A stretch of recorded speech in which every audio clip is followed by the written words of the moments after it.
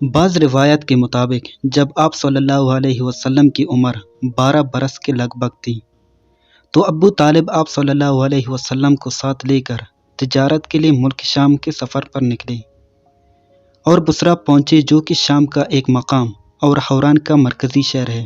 اس وقت جزیرۃ العرب کے رومی مقبوضات کا دارالحکومت تھا۔ اس شہر میں جرجیس نامی ایک راہب رہتا تھا جو کہ بحیرہ کے لقب سے معروف تھا۔ جب قافلے نے وہاں پڑاؤ ڈالا تو اے راہب اپنے گرجا سے نکل کر قافلے کے اندر آیا اور اس کی میزبانی کی، حالانکہ اس سے پہلے وہ کبھی باہر نہیں نکلتا تھا۔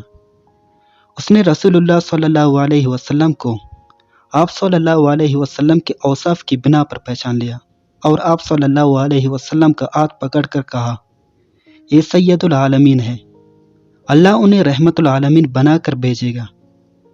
ابو طالب نے کہا، آپ کو یہ کیسے معلوم ہوا؟ اس نے کہا، تم لوگ جب گھاٹی کے اس جانب نمودار ہوئے تو کوئی بھی درخت یا پتھر ایسا نہیں تھا جو سجدہ کے لیے جھک نہ گیا ہو، اور یہ چیزیں نبی کے علاوہ کسی اور انسان کو سجدہ نہیں کرتے۔ پھر میں انہیں مور نبوت سے پہچانتا ہوں جو کندھے کے نیچے نرم اڈی کے پاس سیب کی طرح ہے، اور ہم انہیں اپنی کتابوں میں بھی پاتے ہیں۔ اس کے بعد بحیرہ راہب نے ابو طالب سے کہا کہ انہیں واپس بھجوا دو، ملک شام نہ لے جاؤ، کیونکہ یہود سے خطرہ ہے۔ اس پر ابو طالب نے بعض غلاموں کی امرا آپ صلی اللہ علیہ وسلم کو مکہ واپس بھیج دیا۔